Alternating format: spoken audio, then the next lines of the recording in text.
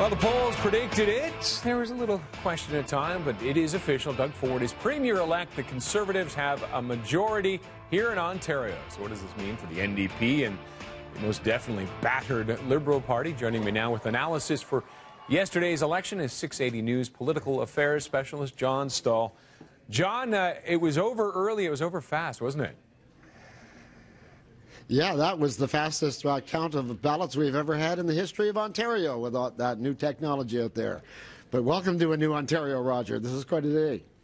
It is indeed. I mean, everybody was talking about, let's look ahead now. A party that really never presented a platform, where are they going to go with this, with the PCs? Well, I think what we're looking at is the Common Sense Revolution Part 2. This is a political brother from another mother. They didn't campaign on anything in specific. They used the slogans, but don't kid yourself. This is a Mike Harris. Doug Ford's father served in the Mike Harris cabinet. Again, they didn't put out a platform, but if anybody thinks that this province isn't in for some bold change in legislation, then they're not paying attention. I'm not saying it's good or bad or otherwise. It's just that this is a government that is going to do something, particularly now that it has a majority. It can do whatever it wants. You can expect some legislation that is bold and wrapped in omnibus bills. You can expect some liberalization of perhaps the beer and the wine distribution. Whatever tax cuts they have in mind, it'll come and be wrapped in packages that do not resemble anything that the Liberals have done.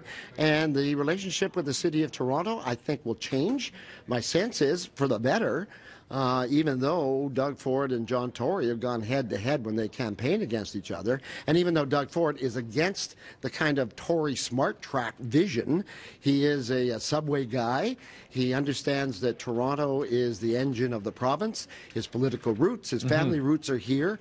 I see no problem with him working with the mayor on terms of transit, with the exception of perhaps altering and not going along with this Scarborough line out to Scarborough, which he's always thought was a waste of money and wrong-headed. I think we can advocate for some more stops on that line going forward. The other thing I think he'll do by the end of this term is pass legislation that will give the mayor of Toronto and mayors throughout the province way more power.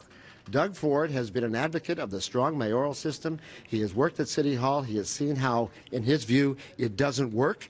And a strong mayoral system, like the U.S. cities of Chicago and New York, end up giving the mayor of this town and others almost full power without the consent of council. All right, that will be interesting to see. It's something Toronto has wanted. Yeah, it's going to be an interesting 4 years, isn't it? John, thank you very much for joining us. Are you going to go back to bed now? You had a late night last night? Yeah, I think this is a weekend that's about to begin. All right. Thank you very much, John, for joining us.